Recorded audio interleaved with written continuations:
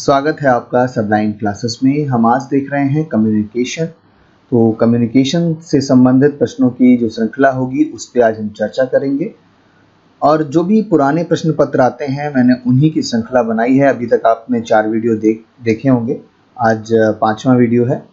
और जो लोग भी टेलीग्राम के ग्रुप से जुड़ना चाहते हैं जीसी नेट 2020 के हिसाब से मैंने बनाया है, उसमें कुछ लोग अपना अपडेट दे भी सकते हैं और जो मैं अपडेट देता रहता हूँ वो भी आपको वहाँ पे मिल जाएगी। और जो भी पीडीएफ है तो वो भी मैं वहाँ पे प्रोवाइड कर दूंगा आपको। तो चलिए फिलहाल यहाँ पे आप कम्युनिकेशन का जो भी इम्पोर्टेंट प्रश्नों का जो हमने बनाया है आज श्रृंखला, उसकी चर्चा करते हैं। तो चलिए शुरुआत करते हैं। तो पहला प्रश्न है, modern educational communication is describes as. Hindi में कहेंगे कि आधुनिक शैक्षिक संप्रेषण को किस रूप में वर्णित किया जाता है। आपके पास 4 ऑप्शन हैं। हमेशा की तरह मैं कहता हूं कि आप कभी वीडियो को, अगर आपको लगे कि मैं ज़्यादा स्पीड में बोल रहा हूं, तो आप लोग आराम से प्रश्न पढ़ने के लिए वीडियो को पॉज कर लिया करिए, प्रश्न पढ़ लिया करिए और खुद पहले आंसर देकर देखिए कि क्या आप सही हैं या नहीं, है ना। उसके बाद मैं तो आंसर आपको दूंगा ही। तो आधुनिक शैक्षिक संप्रेषण को किस रूप में वर्णित किया जाता है, आपको सीधे मैं पहले आंसर पे ले चलता हूं। इसका जो सही आंसर है, इसका सही आंसर होगा ए, टेलीलॉजिक यानी कि प्रयोजन मूलक। ऐसा क्यों है कि आधुनिक संप्रेषण इसे कहा जा रहा है? देखिए, आप हिंदी में पढ़ेंगे तो शायद इसके मतलब और भी निकल सकते हैं, लेकिन टेलीलॉजिक का मतलब ये हुआ कि जो वर्तमान समाज है ये कहीं ना कहीं कम्युनिकेशन टेक्नोलॉजी का प्रयोग कर रहा है। और वर्तमान समाज में जो हमारा कम्युनिकेशन हो रहा है वो पहले होता था कि लोग भीड़ में बैठते थे, आराम से बातें करते थे और इधर उधर खबरें पहुंचाने में बहुत बड़ा समय लगता था। आज टेक्नोलॉजी है और टेक्नोलॉजी की मदद से आप बहुत कुछ कर रहे हैं। इवन आप जब ये वीडियो देख रहे हैं तो वो भी कहीं ना कहीं टेक्नोलॉजी का ही रूप है। ये जो टेलीलॉजिक है ये आपको लगभग कभी भी इस तरीके का प्रश्न आता है तो उसमें आपको रखना होगा। बाकी जो 4 आपके दिए हैं, non distributive and unapproximate and telescope, तो कहीं ना कहीं ये यहाँ पर फिट नहीं बैठते हैं और अगर आपने पहला लगाया है तो बिल्कुल सही लगाया है। चलिए आगे चलते हैं। तो ये थोड़ा सा बड़ा क्वेश्चन था इसलिए थोड़ा सा यहाँ पे छोटा दिख रहा होगा आपको, क्योंकि अब अगर इसको मैं बड़ा कर दूंगा तो ये पीडीएफ आगे चली जाएगी। खैर, देखते हैं कि when a student and teacher involved in communication the purpose are, कहने का आशय है जब छात्र और शिक्षक संप्रेषण यानी कि कम्युनिकेशन में शामिल होते हैं तो उनका उद्देश्य क्या होता है। 5 ऑप्शन आपके सामने हैं और आंसर में आप देख लीजिए जितने भी ऑप्शन दिए हैं 3-3 दिए हैं, तो आपको 3 ही ऑप्शन सही चुनने हैं। आपको अगर 4 सही लग जाएंगे तो फिर वहाँ पे समस्या पैदा हो जाएगी। तो चलिए हम ढूंढते हैं। तो पहला ऑप्शन क्या है, to develop professional working relationship, तो व्यवसायिक क्रियात्मक संबंध विकसित करने के लिए। तो यहाँ पे अध्यवसायी लिखा है। देखिए, कभी व्यवसायी लिखा हो तो इसका मतलब ये नहीं कि सिर्फ जो शॉप पे बैठते हैं दुकानदार होते हैं, ऐसा नहीं।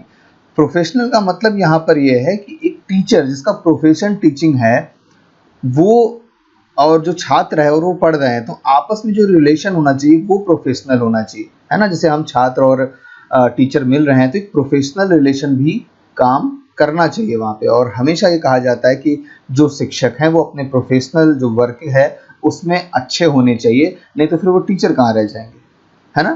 तो प्रोफेशनल वर्किंग रिलेशनशिप डेवलप करने के लिए जाहिर सी बात है सही होगा। अगला है to create a participatory environment in classroom, कक्षा में सहभागी परिवेश बनाने के लिए। कोई बच्चा भी बता देगा कि हाँ ये अच्छी बात है। तीसरा है to engage in outdoor classroom interaction, तो यहाँ कहा जा रहा है टू एंगेज यानी कि कक्षा के बाहर की अंतःक्रिया में भाग लेने के लिए। तो जाहिर सी बात है जब हम बातें करेंगे तो जो बाहर के लोग होंगे या जो भी चीज़ें हैं उनके बारे में चर्चा करेंगे, तो वो क्या दुनिया क्या है, कैसे लोगों से मिलना चाहिए। तो कहीं ना कहीं अंतःक्रिया जो बाहर के लोग हैं उनसे भी हम जुड़ना सीखते हैं जब छात्र और शिक्षक संप्रेषण करते हैं, तो ये भी सही हो जाएगा। तो ये 3 सही हो गए और अब बाकी अब देख लेते हैं। निजी मामलों में शिक्षक का हस्तक्षेप प्राप्त करने के लिए, तो शिक्षक का हस्तक्षेप प्राप्त करना तो अच्छी बात नहीं होती है, तो ये गलत हो जाएगा। अगला है छात्रों के प्रति शिक्षकों के व्यवहार को नियंत्रित करने के लिए, तो कंट्रोल करने का कोई मतलब नहीं होता भाई। टू कंट्रोल टीचर्स एटीट्यूड, अगर आप इंग्लिश में पढ़ेंगे तो थोड़ा सा समझ में आएगा आपको। टू कंट्रोल टीचर्स एटीट्यूड, तो छात्रों के प्रति जो टीचर का एटीट्यूड है वो कंट्रोल करने के लिए हम संप्रेषण करते हैं, नहीं करते हैं, ऐसा भी नहीं है। तो 1 2 3 सही हो गया, और पहला ही ऑप्शन यहाँ पर दिया हुआ है कि 1 2 3, तो इस हिसाब से ए ऑप्शन सही हो जाएगा। अगर आपने ए लगाया है तो बिल्कुल सही है। किसी सूचना समृद्ध कक्षा व्याख्यान की सामान्य विशेषता किस प्रकृति के होने में होती है? यहाँ कहा जा रहा है the typical feature of information rich classroom lecture is the nature of being. तो आपको समृद्ध कक्षा व्याख्यान बताना है। यहाँ पर जो नेचर है क्लासरूम का वो अच्छा होना चाहिए, तो इंफॉर्मेशन रिच होना चाहिए, खुद रिच नहीं होना चाहिए, इंफॉर्मेशन से भरा हुआ होना चाहिए। तो क्या होगा? गतिरहित होना चाहिए, संतरित यानी कि स्टैगर्ड होना चाहिए, फैक्चुअल यानी कि तथ्यात्मक या खंडात्मक होना चाहिए।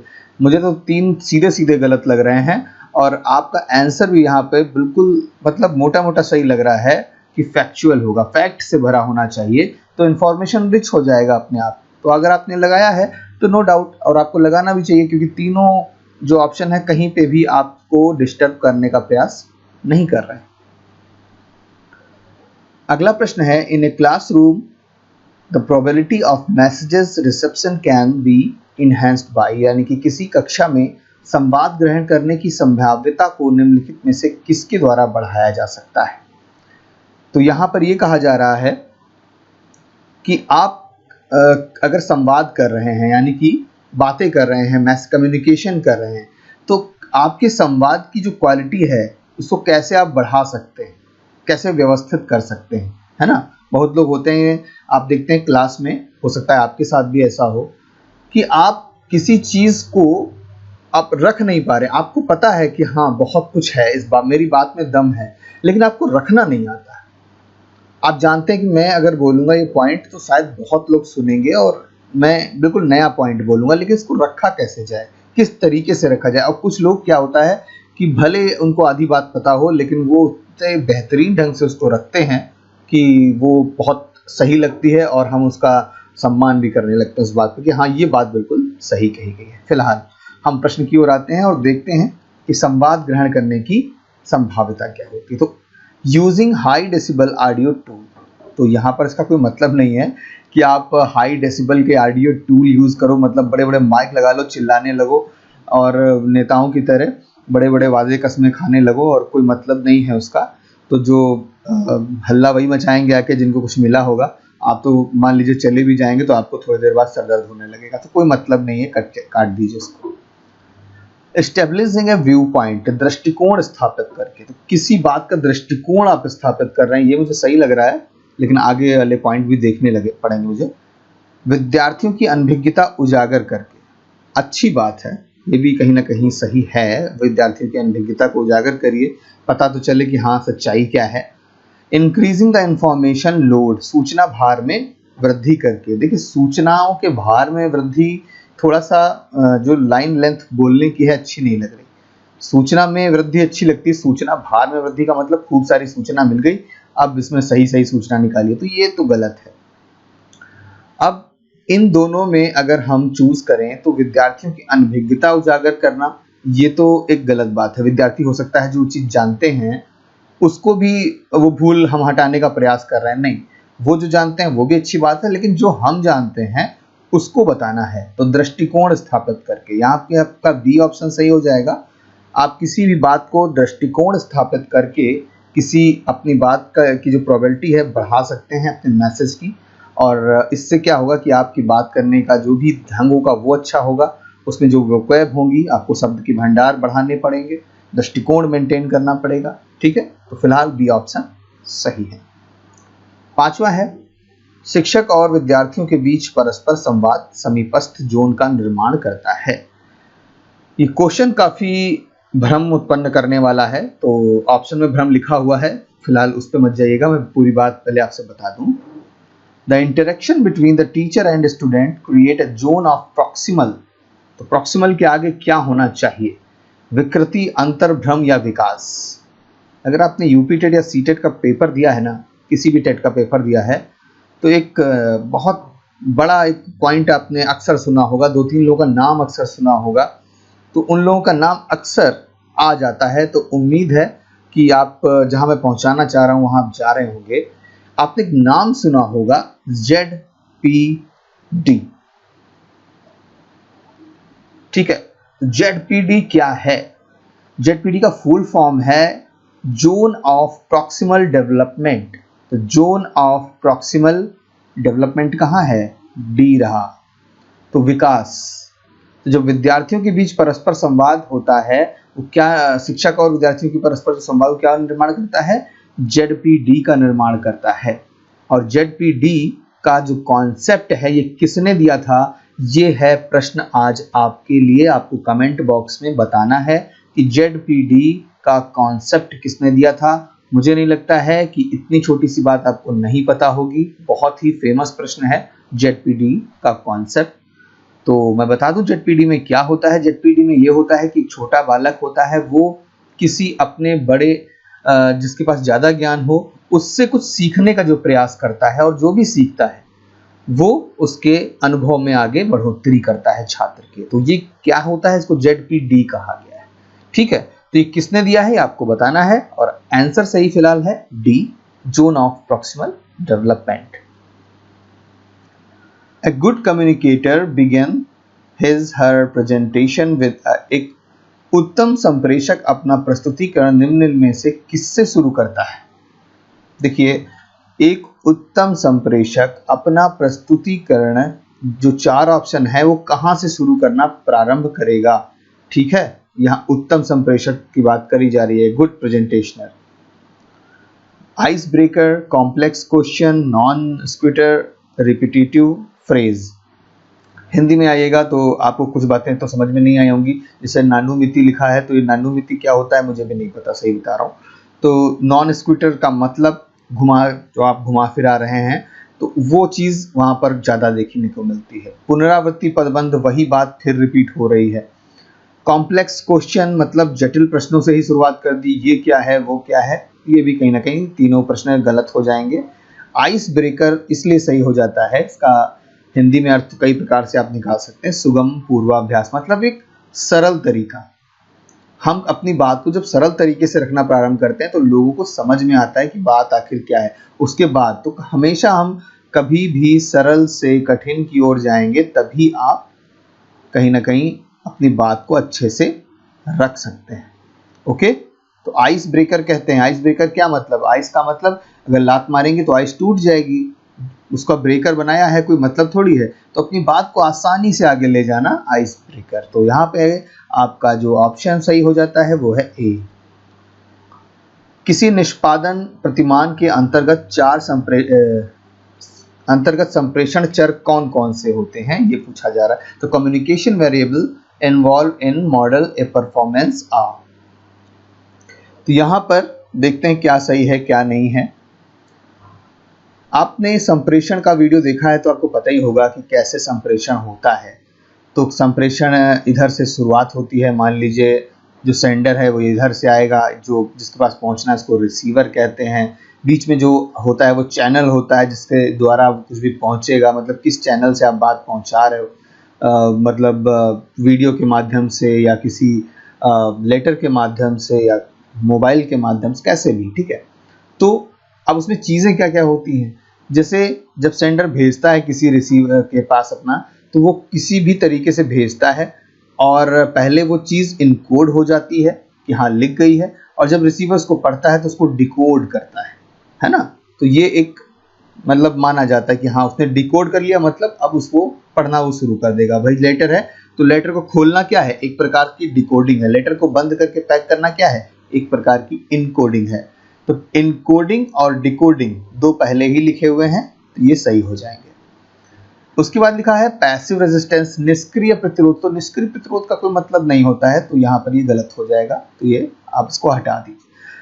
चैनलाइजेशन मतलब चैनल होना चाहिए, तो चैनलाइजेशन लिखा हुआ है, तो ये चैनल के ही माध्यम से हो सकता है, ऐसे तो आप बात नहीं कर पाओगे। कोई मान लीजिए बहुत दूर बैठा है तो चैनल होना जरूरी है। उसके बाद उदासीनता, तो उदासीनता होगी तो आप जाहिर सी बात है कोई संप्रेषण नहीं कर सकते जल्दी। कभी कभी जैसे मेरा मन नहीं है, आज किसी कारण से मैंने परेशान हुआ, कोई बात है, तो मैंने क्या किया, मैंने वीडियो ही नहीं बनाया उस दिन, तो क्या है वो एक हिसाब से आपसे कोई कम्युनिकेशन ही नहीं हुआ। तो ए और बी और डी यहाँ पर 3 ऑप्शन सही हो जाएंगे। तो ढूंढिए इसमें कौन सा है, और मैं सीधे आपको आंसर पे ले चलता हूँ। डी ऑप्शन बिल्कुल सही हो जाएगा। अगला प्रश्न है, Which of the following would influence the effectiveness of communication in classroom instruction in a critical way? कक्षागत अनुदेशन के अंतर्गत संप्रेषण की प्रभाविता को निम्नलिखित में से कौन महत्वपूर्ण रूप से प्रभावित करेगा? तो प्रभावित करने वाले का मतलब मैटर पूछ रहे हैं।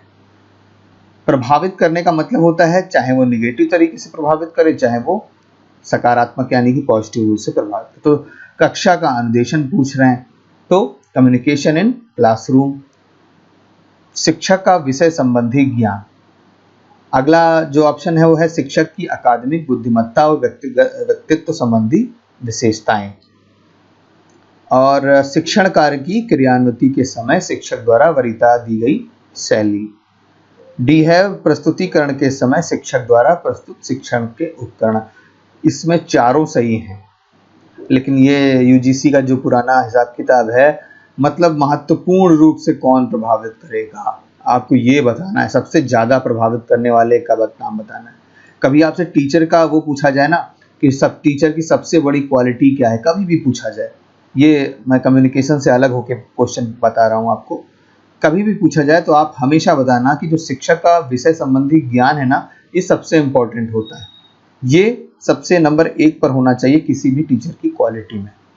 उसके बाद उसका व्यक्तित्व, उसके तरीका, उसका कॉन्फिडेंस, सब कुछ। बाद में बात करते हैं कि ये अब जब पहला वाला अच्छा है, सही बात है, लेकिन फिर भी यहाँ बात हो रही है संप्रेषण के प्रभाव की, मतलब संप्रेषण का प्रभाव बच्चों पर सबसे अच्छा कैसे पड़ेगा। तो मैं सीधे आपको आंसर पे ले चलता हूँ। सी इसका सही आंसर है। शिक्षण कार्य के क्रियान्वयन में समय शिक्षक द्वारा वरीयता दी गई शैली। तो जो टीचिंग स्टाइल है वो सबसे ज़्यादा वर्क करती है कम्युनिकेशन में। हो सकता है आप किसी ऐसी कोचिंग में, किसी ऐसे स्कूल में, कॉलेज में पढ़ चुके हो जहां आपको लगता हो कि मुझे पढ़ाई तो नहीं देखने को मिली, लेकिन मुझे ऐसा लगा कि हाँ, ये मेरा जो 1 घंटा था इसमें मुझे कोई टेंशन नहीं हुई, मुझे लगा कि हाँ ठीक है, ओके, ये भी होना चाहिए, पढ़ाई भी होनी चाहिए, सब कुछ होना चाहिए। तो वो जो महसूस हुआ आपको, वो है एक टीचिंग स्टाइल जो आपको प्रभावित करती है सबसे ज़्यादा। ठीक है, तो टीचिंग स्टाइल सबसे ज़्यादा प्रभावित करने वाली चीज़ होती है कम्युनिकेशन में। ओके, तो यहाँ पर सी आपका ऑप्शन सही हो जाएगा।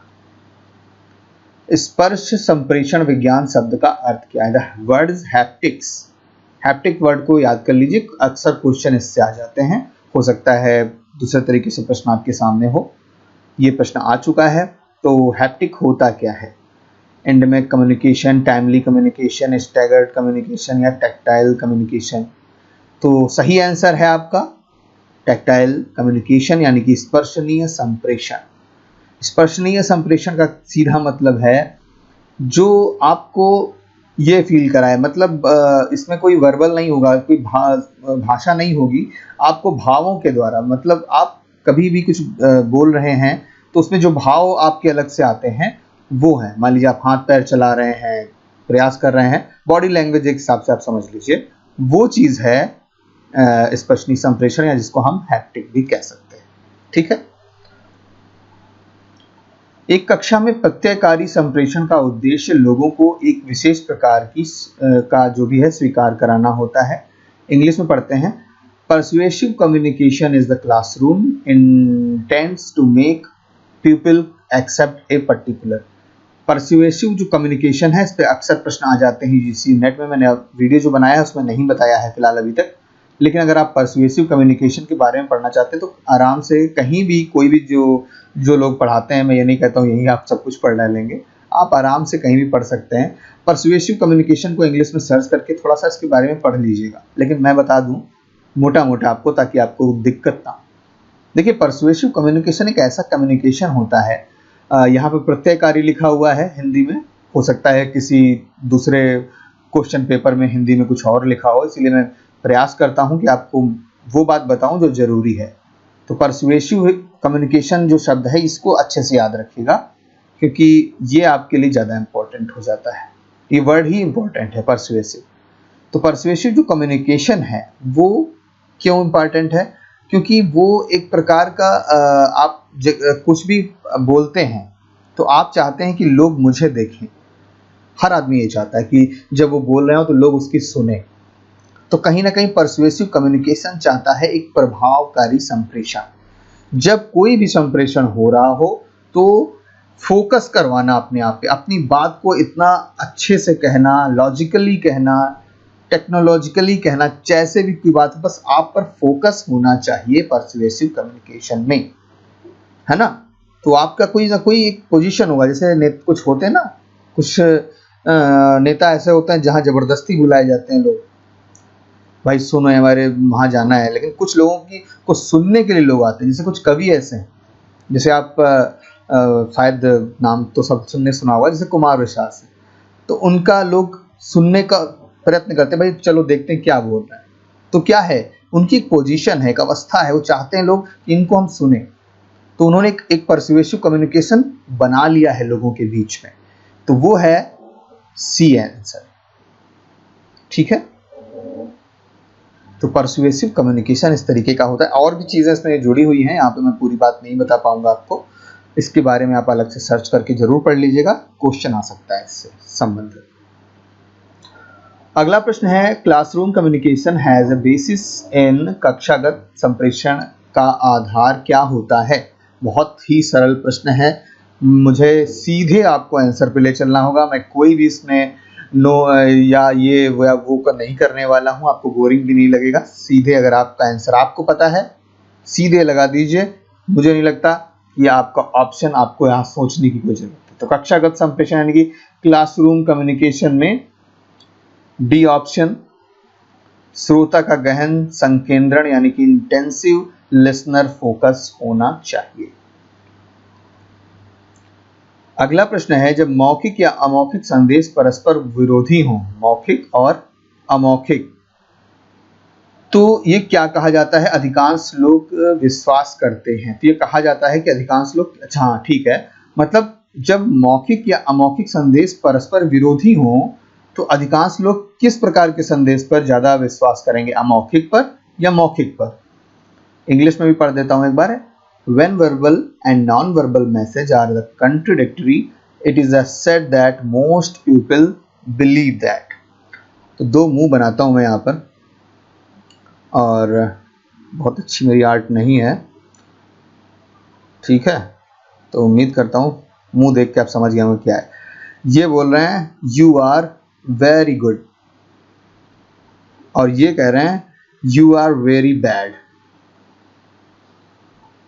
तो ये जब वेरी गुड कह रहे हैं तो क्या आपको लग रहा है ये वेरी गुड कह रहे हैं? नहीं लग रहा ना। जब ये कह रहे हैं किसी से तुम वेरी बैड हो, तो आपको लग रहा है ये वेरी बैड कह रहे हैं।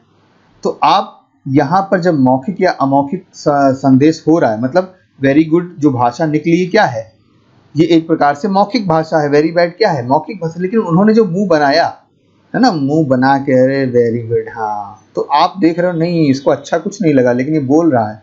तो ये एक प्रकार से आपने किसको फोकस किया, कहीं ना कहीं आपने फोकस किया नॉन वर्बल यानी कि अमौखिक संदेश को। यहां पर आपने क्या दिखा, उसने कहा हाँ वेरी बैड, मुस्कुरा के कहा, तो आपने कहा कि वेरी बैड कह रहा है, हंस भी रहा है, तो मतलब ये जोक कर रहा है, इसको अच्छा लग रहा है, लेकिन ये हंसी में कह रहा है वेरी बैड। तो फिर भी आपने उसके फेस को देखा, और कहीं ना कहीं एक प्रकार का ये भी अमौखिक संदेश हुआ कि वो, तो आप भावों को देखते हैं ना कि वहां पर फेस को, ये बात को।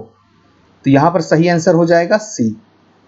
आप जब भी दो मौखिक या अमौखिक संदेश होते हैं तो आप अमौखिक संदेश पर ज्यादा फोकस करते हैं। एक बार करके देख लेना, जब वीडियो खत्म हो जाए तो आपको भी समझ में आ जाएगा।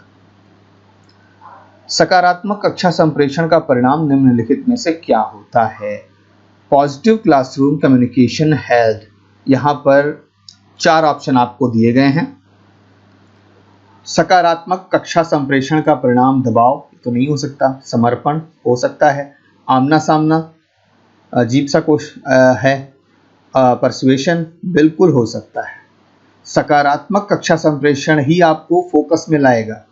आप कभी भी देखिए, जो लोग बोलते हैं, जो स्टूडेंट होते हैं, वो लोग फोकस में आ जाते हैं। मैंने क्या परसुएशन में बताया था, एक पोजीशन मिल जाती है उनको कि हाँ ये चीज़ आप अक्सर कहते भी हैं उसी शख्स से कि तुम कहो चल के। कोई टीचर से कोई बात कहनी होती है कि सर छुट्टी ले लें, तो आप भी उसी को लेके जाते हैं जो बोल लेता है, अपने आप नहीं जाते हैं जल्दी। तो ये एक प्रकार से परसुएशन है।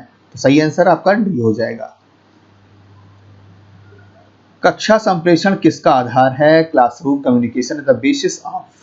ये भी बहुत सरल है, मुझे नहीं लगता, आप सोच लीजिए, मैं सीधा आपको आंसर पे ले चलूंगा। बाकी साफ साफ नजर आ रहा है इसमें कुछ भी 3 ऑप्शन गलत हैं, एक सीधा सीधा सही है, बहुत सरल ऑप्शन है।